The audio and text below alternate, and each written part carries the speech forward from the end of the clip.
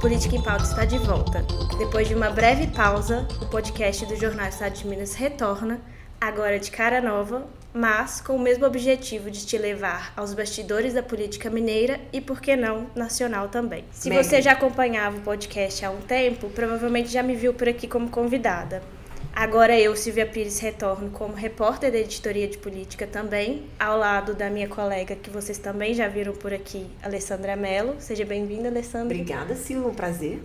E estamos aqui também com o nosso novo colega, Andrei Megre, repórter de política aqui com a gente. Seja bem-vindo, Andrei. Muito obrigado, Silvia. Muito feliz de fazer parte dessa retomada. Nesse momento tão importante também, né? Começam a se desenvolver as articulações políticas com foco em 2026. Importante a gente estar fazendo esse projeto agora. Bom, a gente segue no mesmo projeto de antigamente, embora estejamos aqui de cara nova. Vamos continuar com 3 blocos. E para hoje a gente preparou um combinado de falar sobre Câmara, Assembleia e também um bloco de nacional. A gente começa falando sobre o projeto que foi aprovado na terça-feira na Câmara Municipal de retorno das pessoas em situação de rua para suas cidades. No segundo bloco, a gente vai falar um pouco sobre o encaminhamento da privatização da Copasa, que começa a tramitar oficialmente agora na Assembleia Legislativa. E no último bloco, vamos entrar no tema do projeto de lei de antifacção, que está sendo discutido agora na Câmara dos Deputados. Então, a gente começa o primeiro bloco falando sobre a aprovação do projeto de lei para devolver a população de rua às suas cidades, que foi aprovado na terça-feira.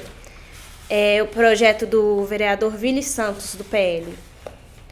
A gente tem aqui a reportagem que foi feita no dia pelo nosso colega Pedro Cerqueira.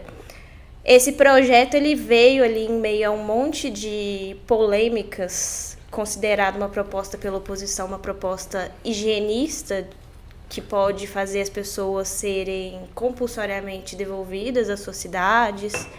É um projeto que, segundo o vereador autor da proposta, ele está encabeçado em uma pesquisa feita pela prefeitura de que 30% das pessoas que estão em situação de rua em Belo Horizonte têm interesse em retornar para suas cidades. E outras 60% não são daqui, não são originárias de Belo Horizonte. Então, em vias dessa pesquisa, ele resolveu fazer esse projeto de lei. A questão é que Belo Horizonte já tem, né, um projeto de atenção às pessoas migrantes também, que tem essa iniciativa que é correlata ao projeto de lei aprovado na terça-feira, de pagar a passagem para as pessoas que querem voltar às suas cidades, de dar assistência para retirar a documentação que elas precisam para fazer esse retorno. Então, é um projeto que ainda não se sabe de onde a prefeitura vai retirar fundos, mas ele está em tramitação ainda em primeiro turno. E com certeza, pelo andar da carruagem, pelo que a gente conhece da Câmara Municipal de Belo Horizonte, uma Câmara, um legislativo super conservador, dominado pela extrema-direita, né, majoritariamente representado dentro da Câmara, com certeza é um projeto que vai passar em segundo turno, né? Acredito que não vá ter dificuldade, como não teve no primeiro turno, e virar a lei no segundo turno. Aí resta saber como que o prefeito vai tratar, se vai vetar, como que ele vai analisar essa proposta. É um assunto polêmico, né? A questão da população em situação de rua realmente é um problema em todas as cidades do Brasil, né? A gente que roda em qualquer canto percebe isso, sabe que precisa ser tratado com um olhar especial das políticas sociais, mas isso não sei. Para mim, me cheira uma política realmente higienista de mandar a população em situação de rua de volta para sua casa, como a gente viu recentemente, essa semana, né, um vídeo de um prefeito do Sul, né, Florianópolis, né, fazendo bravatas na rodoviária, né, uma coisa... As pessoas que chegassem feia, lá, né, fascista, parece. Se não tivessem emprego ou moradias, ganhariam uma passagem para voltar. Depois a Defensoria Pública lá de Santa Catarina interveio, disse que aquilo era inconstitucional, né, que estava ferindo o direito das pessoas de ir e vir.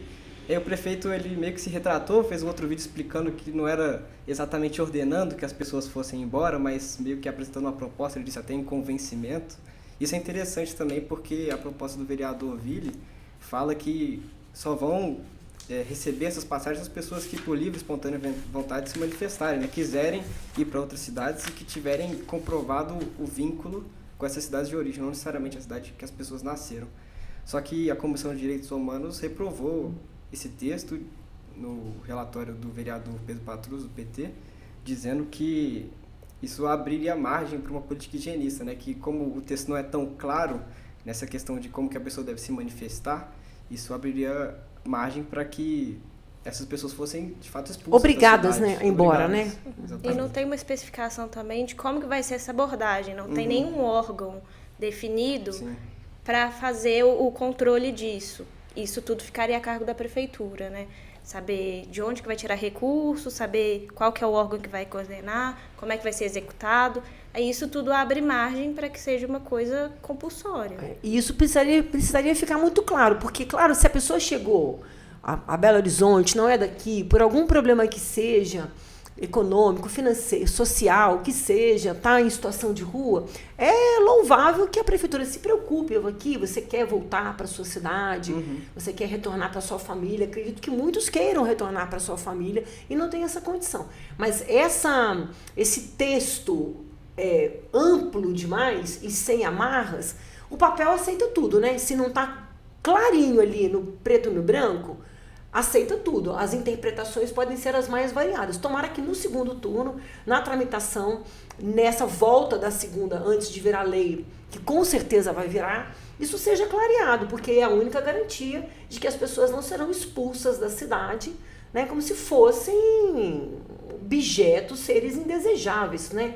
A gente vê que a população em situação de rua que tem crescido, sofre com isso, né? Então, Mas se tratando da Câmara Municipal de Belo Horizonte, gente, uma Câmara extremamente conservadora, que só faz projetos, a maioria deles irrelevantes para a cidade, nada nos espanta. Como a Silvia falou, já existem políticas parecidas, né? Talvez se essas políticas fossem colocadas em prática, fossem mais acessíveis a essa população, porque além do projeto falar em conceder passagens para as pessoas voltarem para as cidades, falam também sobre facilitar a emissão de documentos para essas pessoas que muitas vezes não estão com os documentos em dia, mas também já existem projetos de lei e políticas públicas em BH que já facilitam esse tipo de coisa. Talvez não seja acessível da maneira que deveria. Então, essa discussão poderia caminhar também por outro caminho. A garantia para o fim da população em situação de rua é emprego e moradia. Né? A gente vê, às vezes, famílias morando na rua porque foram despejadas, não dão conta de pagar aluguel. Então, esse é um problema social, é uma questão social que tem que ser enfrentado com esse viés, né? O viés de um problema aqui. Porque, gente, eu não acredito, e eu não acho que ninguém em sã consciência pode achar que alguém mora na rua porque quer. Que alguém mora na rua por vagabundagem. Que alguém mora na rua de desejo. Né? Quem não quer uma cama quentinha a hora que chega em casa? Sua televisãozinha para ligar, um cafezinho para tomar? É ou não é? Eu não acredito que ninguém... Não, agora eu vou morar na rua, porque é muito melhor morar na rua, eu não vou trabalhar e vou viver de dinheiro que eu vou pedir na rua. Isso não existe. É importante também entender isso como um problema complexo da desigualdade social, não só enviar essas pessoas para fora da cidade como se fosse resolver o problema. Né? Na verdade, vai invisibilizar, levar esse problema para outras cidades. Então, tem que atacar mais a raiz do problema, talvez, trazer moradia, como você falou, emprego, segurança para essas pessoas, para que elas não tenham a necessidade de morar na rua. Né? Eu lembrei até dessa história, me lembrei recentemente de uma matéria que a gente fez também, de uma audiência que teve na Câmara Municipal de Divinópolis, em que uma pessoa, durante a audiência da Câmara, que era para discutir um projeto que tramita na cidade, semelhante a esse, de devolver a população em situação de rua para a cidade de origem, de uma pessoa durante a audiência que propôs claramente que se desse um tiro, né? Um tiro para espantar e ficasse a polícia na ponte que dá acesso à cidade lá, e ficasse lá para espantar as pessoas nesse sentido. Representaram contra ele no Ministério Público, contra essa figura que é um pastor lá da cidade de Divinópolis, e ele com certeza vai ter que responder por uma proposta absurda dessa, e que ela, infelizmente, às vezes reverbera em parte da população que não tem às vezes, essa consciência, né, da situação grave que é, e da dificuldade que da complexidade que é um problema dessa natureza, né? E que, pelo contrário, você falou sobre a questão de assistência que Belo Horizonte dá, a gente está indo num caminho inverso. A Câmara, além desse projeto de devolver a população de rua para suas cidades, ela também está discutindo um projeto para desobstruir as vias públicas e passeios, que na prática é um projeto para tirar a barraca, para tirar os pertences das pessoas que estão morando ali na rua, e mais uma política para limpar o ambiente, para higienizar o ambiente e fazer essa política inversa de assistência. E que tá calcado num discurso de como se o que a gente está fazendo é para auxiliar, é para ajudar essas pessoas. Sim. Na Câmara de BH, como a Ale falou, assim, a tendência é essa, né, de pautas sobre costumes, pautas conservadoras, e acho que entra também na questão que a gente vai falar mais para frente sobre o projeto de lei que queria impedir o carnaval perto de até 200 metros de templos e igrejas, né, de instituições de cunho religioso, e que é mais uma pauta conservadora, mais uma pauta moral que está sendo dialogada ali na Câmara Municipal de Belo Horizonte, enquanto existem outros problemas públicos e efetivos que não tem tanto destaque, como a questão do orçamento, né? Eu até fiz um levantamento para a matéria de hoje. Foi um levantamento bem por alto, mas das pautas que chegaram ao plenário na Câmara. E pelo menos um quarto delas eram pautas que tinham esse cunho de pautas de costume e pautas conservadoras mesmo, que não dizem ali da estrutura da cidade, mas dizem dessa pauta que é moralista. Não diz respeito dos problemas que a população sente no dia a dia, né? Que é ônibus, moradia e etc. Essa do carnaval, por exemplo... gente, o carnaval são 4 dias, um bloco, entendeu? As igrejas estão fechadas, os templos estão fechados, né? Se fosse para proibir, parece que até fizeram um adendo para proibir também o hospital, né? Para não dar um viés tão contra o carnaval, né? Mas é bom lembrar que o vereador mais bem votado de Belo Horizonte, quando foi eleito e deu uma entrevista aqui pra gente, disse que o projeto dele, o Pablo Almeida, era transformar Belo Horizonte na cidade mais conservadora do Brasil. Então, parece que eles estão realmente nessa vibe... Tá funcionando. Né? De transformar. Porque o carnaval gera emprego, gera renda, gera alegria, né? O espaço público é de todo mundo, pode ser ocupado por todo mundo. Obviamente, com um bloco de carnaval na beira de um hospital não é possível de acontecer na porta de um hospital por questão de saúde, de garantia de qualidade das pessoas que estão lá em tratamento graves ou não, mas... Qual a justificativa para isso? 200 metros de igrejas e templos inviabiliza, né, o carnaval, porque existem centenas de igrejas, milhares, eu diria, na capital. Então, não tem espaço procurar lugares específicos para poder colocar os blocos de carnaval que tanta alegria trazem para a cidade. O carnaval de Belo Horizonte vive o auge, né? Nunca teve tantos blocos. Alegria, renda, emprego, né? Inteira, assim. A cidade entrou na pauta do carnaval nacional, é destino nacional. Sim. Né, isso fomenta o desenvolvimento da cidade, o conhecimento, atrai turista para projetos futuros, passeios futuros. É uma outra que corre o risco, com certeza, também de ser aprovada, essa pauta, né, Silvia? E que aí tem que ver também como é que o próprio Damião vai lidar com isso ali na hora de sancionar, porque... O carnaval do ano passado, por exemplo, eles anunciaram que era um projeto trazer grandes artistas para o carnaval daqui. Como que vai fazer isso se tem uma limitação ali de Afonso espaço? Pena, por exemplo, não vai poder ser usada, porque na Afonso Pena tem uma igreja católica. Que, inclusive, o carnaval da Baianas Ousadas, por exemplo, o ano passado, saiu de lá. E, inclusive, usou parte da escadaria da igreja, tranquilamente, sem estresse com o pessoal da São José, mais bela igreja de Belo Horizonte. Saiu de lá, concentrou lá. Então, por exemplo, Afonso Pena tem viabilizada 200 metros para frente, 200 metros para o outro lado. Aquele quarteirão ali que chega na Praça 7 não poderá ser usado mais. Né? Só se for virar um carnaval de evento privado ali no Mineirão. Ali não vai poder usar mais, caso o projeto passe, né? Para o carnaval do ano que vem, essa via, que é uma via muito usada no carnaval, já foi inviabilizada. Com certeza aquela via também que tem aqui na Via Expressa, também, porque ali eu tenho certeza absoluta que deve ter uma igreja, né? Então... Pois é, vai ser uma dificuldade talvez para o prefeito analisar isso, porque o carnaval também gera uma renda muito grande para a cidade. Acredito que ele está atrás ainda do patrocinador, né? Que não conseguiu ainda. Não conseguiu. mas com certeza são valores que importam para a prefeitura e se tiver essa inviabilização, vai ser difícil de lidar com isso. Esperar para ver se a gente vai ter um carnaval nos moldes anteriores em função dessa proibição.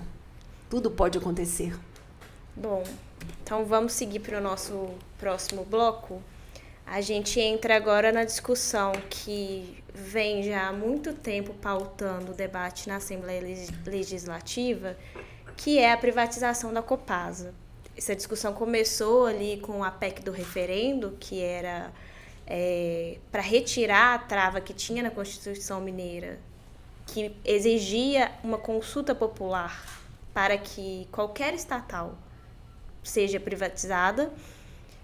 E finalizado esse processo de aprovação dessa PEC, a gente entra agora no trâmite específico, oficialmente, de debater a privatização da Copasa, que já estava em tramitação um projeto de lei ali na Assembleia, parado na Comissão de Constituição e Justiça, e que agora entrou na pauta ontem. E já foi, eu acho que o Andrei acompanhou bem essa parte. Vai voltar na segunda-feira.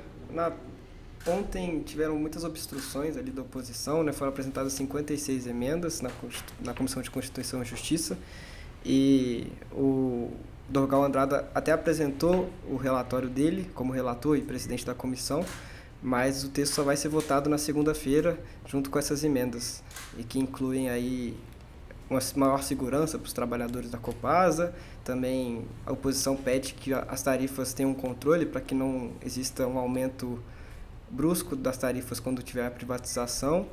E o próprio texto do Dorgal Andrada também prevê algumas dessas garantias e que vai ser votado na segunda-feira. Para ser aprovado, o projeto de lei ainda tem que passar por 3 comissões, né? Essa primeira é da Comissão de Constituição e Justiça, depois vai para a Administração Pública, depois segue para Fiscalização e Orçamento, para então ser liberado para votação em primeiro turno. E o que a oposição fala é que eles querem tentar esticar ao máximo esse debate. Jogar para o ano que vem. Exato, porque aí vai ganhar um peso eleitoral e talvez eles consigam ali convencer deputados da base a trocar o voto para que não seja privatizada a Copasa. A pressão das eleições do ano que vem, né? Eleições para deputado. Talvez tenha mais sucesso, porque na PEC foi mais difícil, porque não tem o trâmite em todas as comissões. Cria-se uma única comissão, e essa única comissão debate sobre a PEC. E essa comissão andou rapidamente, né? Tudo foi muito rápido. Essa talvez a oposição especialista na obstrução, né? Toda oposição tem que manejar bem os instrumentos da obstrução, né, os regimentais, talvez consiga. E aí, talvez seja a única possibilidade da Copasa não ser privatizada. Porque, realmente, privatização é uma coisa que todo governante faz, geralmente, no princípio do mandato, né? Porque até quando termina o mandato, as pessoas já esqueceram, o assunto já está mais ou menos introjetado. Mas, nesse caso, ela pode coincidir com o começo da campanha eleitoral. O ano que vem já temos eleição. E a eleição já começa antecipadamente, muito antecipadamente, dos 45 dias regimentais, que é oficialmente o prazo do horário eleitoral. E talvez isso seja um problema para o governador, né? Houve já um desgaste muito grande semana passada, né, Silvia, Sim. né, Andrei? Na aprovação dessa PEC. Né? Não sei se vocês acompanharam, ela foi aprovada na tábua da beirada, né? Não teve um voto, que foi registrado depois do vereador Bruno Engel, a oposição contestou, a oposição entra na justiça contra essa votação, alegando que esse último voto foi dado após o prazo regimental, então ele não poderia ser computado. Então essa corda ainda eles tentam esticar nesse sentido, né? E essa briga em relação à PEC, ela continua porque depois de passar ali pelos 2 turnos, ainda tem que fazer uma votação final da redação. E essa votação não aconteceu ainda.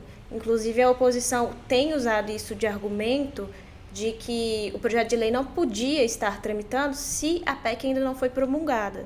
Porque para ela ser publicada, no caso de uma PEC, ela não precisa passar pela sanção do governador.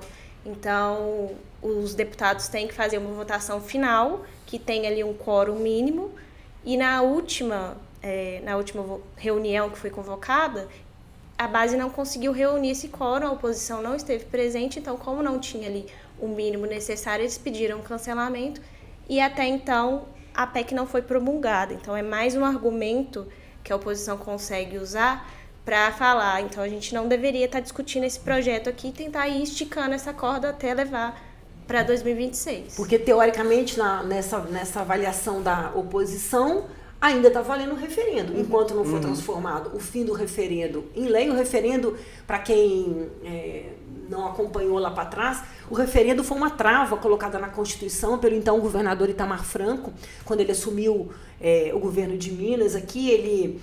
Havia uma tentativa de privatização dessas empresas por parte do governo federal. O governo Minas devia muito para a União, como deve até hoje. Então foi colocada essa tentativa e houve também na época uma venda de parte da CEMIG, e a CEMIG, o controlador minoritário, tinha a decisão final sobre as ações da CEMIG. Isso é uma coisa que o Itamar bateu muito. Então ele colocou essa trava na Constituição, uma trava aprovada por unanimidade na Assembleia Legislativa. Histórico, né? Histórica, com a participação de 100% dos parlamentares. Ela foi aprovada. E agora, muitos do que votaram, né, na época, por exemplo, o deputado Alencar da Silveira Júnior estava presente lá, hoje foi favorável ao fim do referendo, né? Quem estava presente, que é interessante nessa votação, o pai do hoje presidente da Assembleia Legislativa, né? Na época ele era deputado estadual, o pai do Tadeu Leite, Tadeuzinho, era deputado estadual também, foi uma das pessoas importantíssimas na articulação dessa PEC, ele foi secretário do Itamar Franco. Então foi uma decisão importante que agora caiu e talvez a Copasa seja mesmo.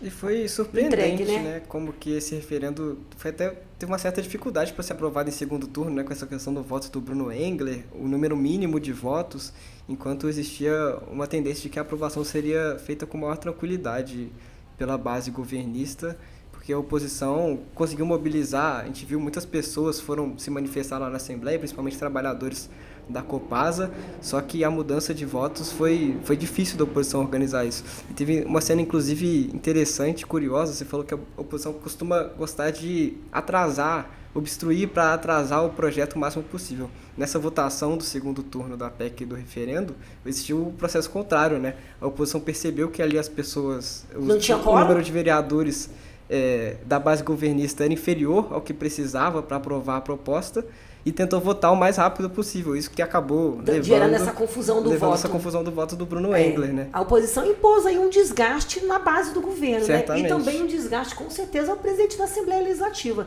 que teve que depois, no dia seguinte, na segunda-feira, vir se explicar por meio de uma nota. A Assembleia soltou uma nota, e também em suas redes sociais. Fez postagem explicando o que aconteceu, porque houve uma ação muito grande de críticas, né, contra essa votação, na maneira como ela ocorreu, né, do voto ser computado depois do sinal e depois do placar anunciado, que foi um placar da derrota. Quem acompanhou o vídeo nas redes sociais viu até que os deputados da oposição saíram para comemorar, como a gente comemora um gol, né, como as pessoas comemoram um gol, né. Tem André de Jesus levantando, comemorando a derrota da PEC do referendo mantido, e logo depois o sinal, você estava lá, né, Silvia? Votação tensa, né? Foi uma loucura. Né? Teve até um momento que o Andrei estava comentando ali, dessa questão de eles perceberem de que não tinha os deputados suficientes da base, e eles retiraram ali, a oposição retirou todos os requerimentos que eles tinham para fazer obstrução e pediram a votação na hora.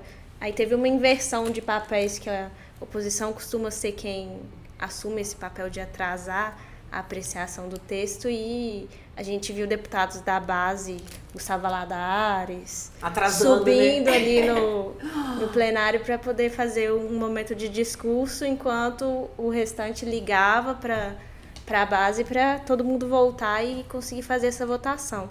Os deputados foram almoçar, né? Parece que foi isso. Saíram, esvaziaram o plenário para ir almoçar, ou estavam acompanhando dos gabinetes, e a oposição 100% presente. A hora que ela percebeu, falou, opa, agora. E quase conseguiu. Foi questão de segundos, né? O Bruno Engler chegou por questão de segundos. O Bruno Engler chegou na Assembleia de bermuda e chinelo. Chegou na entrada, depois trocou de roupa para poder conseguir entrar. Então foi bem apertado. Se tivesse perdido o elevador, para o gabinete dele, tivesse, sei lá, custado um sinal a abrir lá para ele atravessar. O Bruno Engler mora lá perto da Assembleia, a gente sabe disso porque durante a campanha para prefeito ele fez esse relato que ele mora ali pertinho da Assembleia para poder ir a pé para cá, da casa para o trabalho. Qualquer coisinha que acontecesse ali, um sinal fechado, um carro parado ali, a PEC do referendo tinha caído. É muito interessante que você falou que mesmo sem ter conseguido barrar a PEC do referendo, a oposição ainda fez uma certa comemoração de ter conseguido esse desgaste para o governo, né? De ter colocado em pauta esse voto difícil do Bruno Engler. Então, o discurso da oposição ali logo depois da votação também foi em tom positivo, de que estava crescendo a luta contra a privatização da Copasa, apesar do referendo ter a sido PEC derrotado, do referendo, né? ter sido aprovado. Mas eu acho que quem sofreu mais na pele isso aí foi o Tadeu Leite, porque o governador está muito distante dessa questão, né? O governador Zema, ele trata somente de pautas nacionais, de assuntos que têm a ver com o desejo dele de sair candidato a presidente. Então, o governador não está acompanhando no dia a dia, né? Depois, mais tarde, ele fez uma postagem, né? Depois de toda a polêmica. Comemorando. Ele fez uma postagem bem depois, né? Foi um prazo depois. Foi no mesmo dia? Acho que foi no dia seguinte. No dia seguinte, aí isso também houve uma reclamação, né? Da demora. Porque o ônus vai ficando todo em cima do parlamento. Né? Porque a cara de quem está colocando lá é a carinha dos parlamentares que estão votando contra o referendo, né? Enquanto que o governador que deve deixar o comando do Estado no ano que vem para se dedicar à sua campanha eleitoral, está meio que ali blindado, né? Sim. Mas vale lembrar também que essa PEC foi entregue pelo Zema em 2023, não é um debate de agora. Ele conseguiu retomar essa discussão com a chegada do PROPAG, o Programa de Refinanciamento da Dívida de Minas com a União. Então ele conseguiu enfiar isso ali no pacote e agora paira uma dúvida também em cima do PROPAG, porque no termo de adesão ele colocou inclusive a CEMIG, que é a companhia de energia de Minas, que também precisa passar por uma nova PEC do referendo para poder aprovar que ela seja privatizada sem a consulta à população e aí depois abrir um projeto de lei. E é uma questão muito polêmica que em conversas anteriores ali, o próprio presidente da Assembleia já tinha sinalizado que a CEMIG não seria discutida. Que seria meio que protegida, né? Uma resistência bem maior, né, em relação a... Mas isso tudo também, né, gente? Eu acho que há também nessa questão toda do PROPAG aí uma falha do governo federal, que não deixa muito claro, né? Até hoje não afirmou claramente. Não temos interesse, o governo federal não tem interesse na Copasa. O Matheus Simões já disse, vice-governador em entrevista, que o governo não teria. Mas a gente, quando questiona o governo federal sobre isso, a gente não tem reposição clara. Também não há uma posição clara do governo federal sobre a avaliação da Codemig, que talvez a federalização da Codemig fosse suficiente para bancar o que o Estado precisa oferecer de ativos, 20% do que ele deve 180 bilhões. Então, mais ou menos 36 bilhões ele precisa oferecer em ativo para poder abaixar os juros. Não há uma posição clara do governo federal sobre Copasa, sobre CEMIG, sobre Codemig. Então, a responsabilidade aí por essa privatização, talvez no futuro tenha que ser justamente dividida, né, caso venha a dar errado a privatização da água, por exemplo, que muitos estados estão revertendo essa privatização, outros estados brasileiros, em função de problemas, porque há dúvida se vai chegar água nos municípios pequenos. A Copasa, inclusive, criou uma companhia só para abastecer os municípios pequenos do norte de Minas, a Copanor, né, que são locais em que esse serviço é praticamente deficitário, o Estado tem que arcar 100%, né? Então, talvez futuramente, caso isso dê errado, essa responsabilidade tem que ser dividida também com o governo federal, que não é claro, e não só nesse quesito, em muitos outros quesitos referentes ao PROPAG. Uma coisa inexplicável, mas... Essa falta de comunicação do governo federal também tem, em parte, uma falta de diálogo com o governo Zema, né? O governo Zema tem dificuldade de dialogar com o governo federal do presidente Lula. Quem conduziu essas conversas foi principalmente o Tadeu Leite, né? Como representante do Legislativo, mas mesmo assim fazendo papéis que cabem mais ao Executivo, né? Até o Rodrigo Pacheco intermediou um pouco essas conversas, mas a gente vê que ainda tem esse ruído entre a comunicação do governo estadual com o governo federal, que talvez esteja dificultando esse tipo de análise. É isso mesmo. Gabriel Azevedo, quando se lançou candidato semana passada, Gabriel Azevedo, ex-vereador, presidente da Câmara Municipal de Belo Horizonte, ex-presidente, quando se lançou, foi muito parte do discurso dele nessa linha, né? De como essa falta de diálogo atrapalha. E isso é uma responsabilidade dos ambos lados, né? Porque na República, independente de críticas, de problemas que vocês tenham, que os entes da federação tenham, o diálogo é necessário, né? E tem que estar acima das questões partidárias e políticas, né?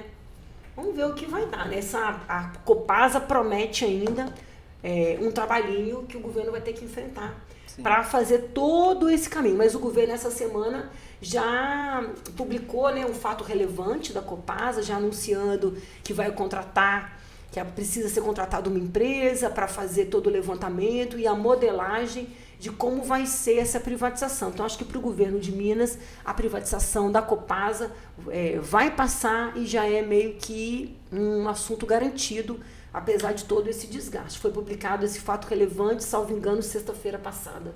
O governo quer fazer isso da forma mais rápida possível, né? Como você falou, para evitar os desgastes nas eleições, considerando que o já agilizou nesse fato relevante já antes da aprovação do fim do referendo, da privatização, né? Aprovou o referendo, já anunciou para o mercado que foi aprovado e que agora o passo futuro é essa garantia. Ele fala nesse fato relevante, está no site da Copasa, que inclusive uma das preocupações do Estado é a garantia do saneamento, né? E uma das críticas da oposição é que o projeto que veio de privatização da Copasa é muito enxuto, né? Não fala sobre os imóveis. Páginas, né? Não fala sobre os imóveis da Copasa. A Copasa tem muitos imóveis. Não fala sobre o saneamento das pequenas cidades. Não detalha essas questões. Não detalha nem quantos funcionários a Copasa tem para fazer essas garantias que eles colocaram ali nas emendas, que dificilmente vão passar. Né? Acredito que dificilmente vão passar. Foi instituído o substitutivo número 1 pelo relator Dogal Andrada, que já institui no parecer, essa garantia de que os empregados da Copasa vão ter o emprego assegurado durante 18 meses até após a privatização. Mas a oposição considera isso ainda pouco, né? Não sabe se essa garantia vai ser só durante esses 18 meses e aí depois as pessoas vão ser demitidas imediatamente. Enfim, ainda existe esse debate. Como foi o que aconteceu com o metrô de BH, né? Sim. Tinha essa salvaguarda ali na concessão e passado esse período de garantia, o sindicato começou a denunciar que as pessoas estavam sendo demitidas. E essa salvaguarda, por exemplo, não conseguiu ser aprovada quando extinguiu-se a BH Trans. No processo de extinção da BH Trans, foi tentada uma salvaguarda para os trabalhadores da BH Trans, empregados públicos concursados, e também não houve essa garantia. Né? Eu também acho que, mesmo constando no substitutivo, eu acho difícil a base do governador concordar, né, com isso. Né? Ainda mais que a gente sabe que o governo Zema é um governo com muitas críticas ao servidor público, né? É o calcanharzinho ali de Aquiles do governador nessa questão, o relacionamento com o servidor público, né? Ele já deu depoimentos com críticas ao servidor público, né? Nesse sentido de que o servidor público não trabalha. Então, pode ser que esse entendimento, e acredito eu que seja também um entendimento da base do governo, tentar para salvar a CEMIG, acho que só mesmo a oposição jogando isso bem lá para frente. E para isso ela vai precisar contar com a ajuda do presidente da Assembleia. Vamos ver o que vai ser. E esse ataque ao serviço público também é uma marca ideológica do governador Romeu Zema como membro do Partido Novo também, né? Um partido que prega essa questão das privatizações, que prega o Estado mínimo. Então faz sentido, não é nenhuma surpresa, né, que ele haja dessa forma. Então talvez seja até um ponto que ele vai destacar na campanha dele para presidente se ele conseguir privatizar a Copasa como um ponto positivo. Só que a gente sabe que esse tipo de medida ainda é bastante impopular entre esses servidores, entre essa categoria que é muito forte politicamente, tem uma capacidade de mobilização muito grande. Então, por mais que seja um ponto considerado positivo pelo vereador e pelo governador e pela base ideológica dele, pode ser uma dificuldade que ele vai ter que lidar na campanha, né? Com certeza. Esperar para ver. Ainda vai dar dor de cabeça para o governador e para a oposição, que vai ter que fazer ali um esforço enorme para poder barrar. Vamos ver. Eu acredito que não vai ser barrada. A minha opinião é que ano que vem, o mais rápido possível, a Copasa já está na mão da iniciativa privada. Até porque tem outros projetos já tramitando para preparar a ARSAI, que é a companhia reguladora da própria Copasa, para que ela assuma esse papel de fiscalização também. E esse projeto já está bem avançado. Praticamente um deles está liberado para aprovação no primeiro turno e o outro continua avançando. Então já é a Agência Reguladora, né, de Saneamento e Esgoto, né, ARSAI. É isso. Bora para ver os próximos capítulos. Muitas emoções esse final de ano. O final de ano, geralmente, na Assembleia Legislativa é meio morno, fica só o orçamento, e esse ano promete muitas emoções. Até porque nós temos novembro, né? Tem novembro para votar, que já estão na metade de novembro, e mais uma quinzena de dezembro, né? Vamos ver, 30 dias.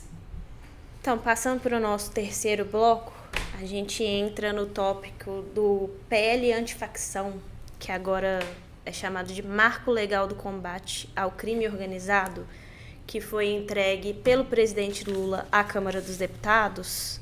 E é um projeto que vem aí cercado de polêmicas, e assim como essa questão da privatização da Copasa, também vai acabar sendo um palco eleitoral para 2026. Um tema importante a ser discutido aí nos próximos meses.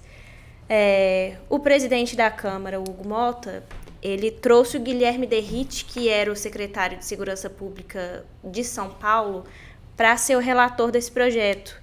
E aí, em meio a essa decisão, que vieram ali várias polêmicas, inclusive algumas tentativas de desidratar a atuação da Polícia Federal. Uma das cláusulas que estavam constantes no projeto de lei era de limitar a atuação da PF para que ela tivesse que fazer as suas operações somente com a autorização dos estados. Então, se, por exemplo, tivesse que investigar uma facção criminosa aqui em Minas Gerais, teria que ter o aval do Zema, o que poderia ser usado como um discurso de eu não quero a polícia do Lula mexendo no meu estado. Essa parte específica foi retirada do projeto depois de várias controvérsias, mas ainda consta nesse projeto um esvaziamento financeiro da PF. Então, os fundos federais que a Polícia Federal recebe agora vão ser transferidos para os estados, para reforçar as polícias dos estados, mas a Polícia Federal, que tem essa atuação principalmente ali em relação a crime organizado, ela vai ter uma perda anual de cerca de 360 milhões. Muito dinheiro. Agora, você imagina a Polícia Federal ter que ter autorização do governador para poder fazer uma operação. E se o governador em questão for investigado? É só a gente lembrar o tanto de governador do Rio de Janeiro, praticamente todos foram presos.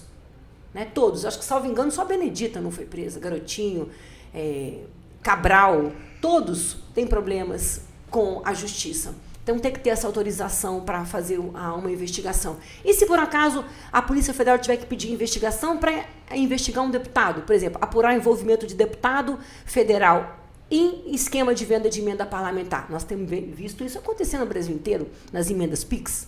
Né?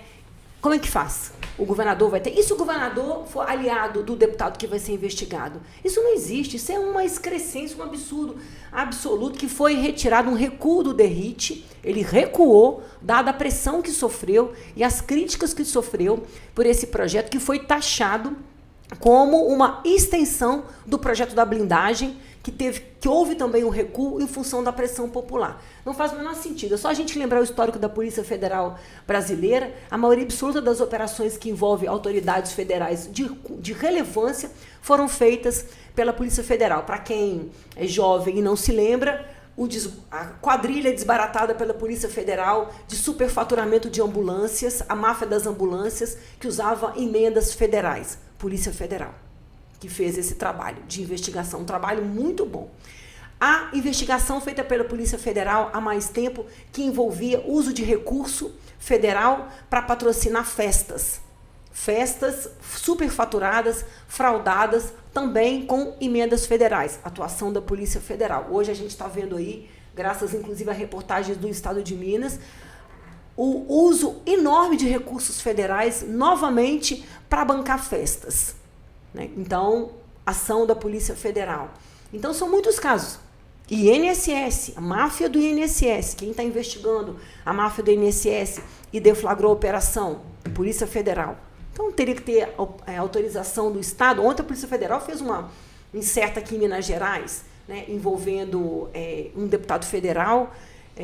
Também a Polícia Federal não clareou que seria envolvimento dele, mas um deputado federal que passou, mineiro, Euclides Peters, que passou emenda para uma entidade ligada a uma das confederações, uma das associações, investigada por desvio de descontos irregulares no INSS de aposentados e pensionistas. Então, para todas essas operações, teria que comunicar previamente o Estado, pedir previamente autorização. E qual a garantia de que esse governador não passaria a informação para frente? A gente não pode partir do princípio que os governadores, que todo mundo que vai estar no poder é sempre honesto. O ideal seria isso. Mas a gente não tem essa garantia. Então, um órgão policial tem que ter autonomia para agir. Não tem sentido isso, né? E que é uma medida que acabaria facilitando, inclusive, o crime organizado, justamente por essa questão de a gente não pode confiar nessa idoneidade da pessoa, então ele pode passar informação se ele estiver envolvido nessas... Pode até autorizar a operação, mas pode passar, tá aqui, ó, essa operação está em curso aqui, eu estou acompanhando, você fique sabendo dela de antemão. É só pegar o histórico dos governadores do Rio de Janeiro presos. Só pegando o histórico por aí, a gente vê que, por exemplo, no Rio de Janeiro, poucas operações, a não ser as contra a população nas favelas. Talvez essas continuassem exercendo, essas que chegam lá e matam mais de 100 pessoas, né, que se empilha um corpo, coloca um corpo do lado do outro, né? Talvez essas continuem acontecendo nas favelas, né? E a operação de quem financia o tráfico? Esse combate às facções criminosas, que foi justamente o que motivou o projeto e que ganhou muita relevância depois da mega operação no Rio de Janeiro, que matou 121 pessoas a mando do governador Cláudio Castro, ainda surge esse debate de que a Polícia Militar do Estado do Rio de Janeiro efetivou essa operação. Mas essa organização criminosa, que no caso foi o Comando Vermelho, que foi o principal alvo dessa operação, ela não se articula só no Rio de Janeiro, mas ela tem articulações no país e, quiçá, na América do Sul, internacionalmente. Então é necessário que a Polícia Federal também consiga intervir para pensar que esse movimento se articula nacionalmente, não só o Comando Vermelho, mas também o PCC, que talvez seja mais ainda presente ao longo do país. E mesmo tendo a sua sede em São Paulo, é preciso que seja... que o governo enxergue isso de uma forma mais abrangente. E quem garante que não há também pessoas do PCC e do Comando Vermelho infiltrado no Estado? Porque o crime organizado é isso, né? O crime organizado é o crime infiltrado nas estruturas do Estado. É claramente isso, né? O crime organizado prospera no Rio de Janeiro na ausência do Estado, né? E no conluio do Estado com o crime. Fato notório. E a gente viu isso pelas reportagens que surgiram depois da operação no Rio de Janeiro, né? Que mostravam, né? A polícia pedindo ajuda ao crime organizado para liberar carro. Esse conluio que é uma coisa histórica que a gente cansa de ver todos os dias, o dia a dia nas reportagens. Mas o governo ainda vai sofrer uma dificuldadezinha, o governo federal, por causa desse assunto, né, Silva? Nessa questão de enquadrar como terrorista, né? Exatamente. Essa questão, a direita tem batido muito, tentado defender esse enquadramento das pessoas que se identificam com organizações criminosas como sendo igual a organizações terroristas. Isso é uma coisa que é posta em prática em outros países, como El Salvador, né, que é muitas vezes usado como um exemplo de combate à criminalidade do presidente Bukele. Inclusive, o governador Zema esteve lá em El Salvador esse ano e, durante esse debate sobre segurança pública mais recente, ele tem trazido de volta esses vídeos, essas fotos de quando ele esteve em El Salvador, que considera um lugar que tem um exemplo de combate à criminalidade. E o Nicolas Ferreira também está lá agora, aprendendo sobre esse combate. Então, é uma pauta muito cara para a direita, essa questão da segurança pública. E é interessante observar essa questão do enquadramento como terrorista, porque a esquerda, por outro lado, diz que isso pode abrir uma prerrogativa para que outros países, principalmente os Estados Unidos, interfira no país, porque combate ao terrorismo é uma questão internacional, né? E aí a esquerda argumenta que o terrorismo seria quando a organização quer tomar o Estado, ou quer fazer uso do Estado, enquanto as organizações criminosas, as facções, elas meio que se aproveitam da ausência do Estado nas cidades, né? A gente vê nas comunidades, nas favelas, onde elas têm a maior gerência. É isso mesmo, é isso mesmo. E a população, nas pesquisas de opinião, é favorável, né? Mas eu acho também que nessas questões da pesquisa de opinião, talvez não seja muito claro para a população o que é enquadrar uma facção como o terrorismo, né? A facção realmente criminosa, ela causa um terror, né? Talvez não haja essa noção muito clara, né, do problema que isso vai ser. Mas é fato jurídica, né? Fato que a segurança pública é um assunto que pega e é um assunto que está na pauta, e a direita viu nessa possibilidade desse assunto de retomar um pouco o protagonismo, né, que ela perdeu nos debates nacionais em função de ter metido os pés pelas mãos na questão do Trump, do tarifaço, né, de ter metido os pés pelas mãos na PEC da blindagem, que teve que recuar, né, em função do absurdo que era a PEC da blindagem. Você precisaria...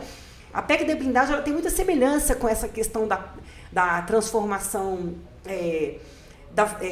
do fim do poder da Polícia Federal, né? Para você investigar um deputado, que seja um deputado, um vereador, você precisaria da autorização do Legislativo para poder investigar, né? O que daria margem para coisas absurdas, e segue essa linha, essa lógica da Polícia Federal ter que pedir autorização dos estados para poder fazer as operações, né? Da maneira que houve recuo na blindagem, houve recuo no terrorismo, mas esse é um assunto que vai mobilizar, porque o governo Lula acho que já tem essa noção, né, de que a questão da segurança é uma pauta principal, né? É o grande calcanhar de Aquiles, né, do governo Lula, assim, a gente viu essa popularidade do presidente crescendo para as eleições do ano que vem, nos últimos meses, desde dessa abertura do diálogo com o Trump, da questão do tarifaço e também dessa derrota da direita na Câmara com a PEC da blindagem e a PEC da anistia, que também ficou, o PL da anistia, na verdade, que ficou também meio capenga. A gente viu ser reduzido para a PL da dosimetria e meio que parece que saiu de pauta, nem a direita mais toca tanto nesse assunto. E o governo Lula agora tem que lidar com essa dificuldade de se comunicar sobre a segurança pública, porque existem várias declarações do Lula que pegam muito mal popularmente, como ele disse que os traficantes também são vítimas dos usuários, uma fala que Lula não deveria falar sem ler discurso antes.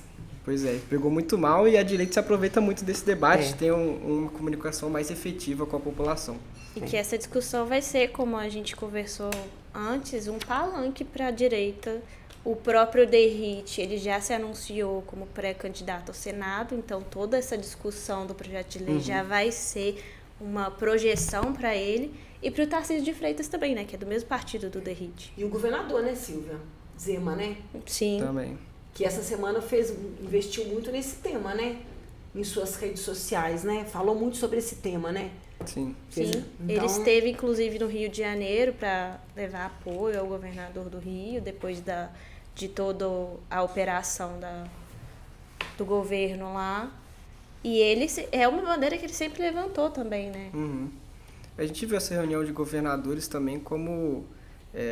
esses governadores, principalmente o Jorginho Melo, o Ratinho Júnior, o Ibanez Rocha, né, representado pela vice-governadora, se colocando também como um grupo meio à parte do bolsonarismo, né, eles tentando tomar esse protagonismo, considerando que um deles vai ser um candidato possível da oposição contra o presidente Lula. O Ratinho Júnior, né? O governador Zema já é o pré-candidato, né? Mas o Ronaldo Caiado também já é pré-candidato, enfim. Mas dando a entender que vai ter uma união maior dessa direita, não necessariamente voltada para o bolsonarismo, voltada a um nome da família Bolsonaro.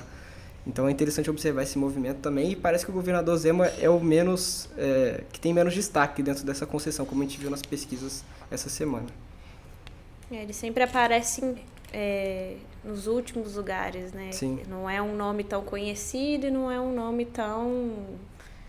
Mas o nosso colunista, que sempre dá notícia em primeira mão exclusiva, primeiro jornalista a dizer que Matheus Simões ia filiar no PSD lá o ano passado, que ninguém acreditou, todo mundo ficou incrédulo. Orion Teixeira anunciou em primeira mão a filiação do Simões ao PSD para disputar o governo de Minas. Disse essa semana que que Tarcísio quer Zema como candidato a vice-presidente dele, na chapa dele, caso ele dispute a presidência da República e não o governo de São Paulo. Orion deu isso como uma confidência que teria sido feita pelo Baleia Rossi, presidente do PMDB, que esteve em Minas Gerais semana passada, na segunda passada, para o lançamento da candidatura do vereador Gabriel Azevedo ao governo de Minas, ex-vereador Gabriel Azevedo ao governo de Minas, teria confidenciado esse desejo, né? Então, pode ter essa composição aí, como ele acertou lá para trás,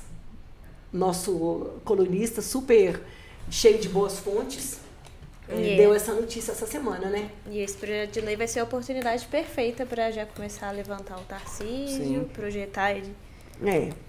Vamos ver, porque a direita está ainda sem saber qual caminho ela vai tomar. O Kassab garante, o presidente do PSD garante que o Ratinho Júnior vai ser candidato, mas o Tarcísio, que é o candidato preferido, né, que é o que melhor performa nas pesquisas, ainda tem declarações dúbias, né, sobre vai ser o candidato ou não, se vai ser para governador, porque governador ele tem a reeleição garantida, pode disputar o governo, a presidência da República na próxima eleição, na seguinte, não essa, na outra, né? Em 2030, né? 2030, né? Então não sabemos ainda, mas essa é a pauta que deu aí essa semana um fôlegozinho para a posição, apesar de não ter derrubado o Lula. O Lula estagnou, né? Não cresceu em relação às últimas pesquisas, apontou a Quest, que tem feito levantamentos frequentes de avaliação não só do governo, mas das intenções de voto para presidencial, não caiu, não subiu, se manteve ali, que acho que no final o saldo foi até bom, devido às declarações desastrosas do presidente, né, nesse campo da segurança pública, o saldo até foi positivo, né? Sim. Então, Política em Pauta fica por aqui, a gente volta na próxima semana. Obrigada, Alessandra, pela participação. Um prazer. Obrigada, Andrei. Obrigado, Silvia. Você pode acompanhar o Política em Pauta no seu tocador de podcast preferido. Até a próxima semana.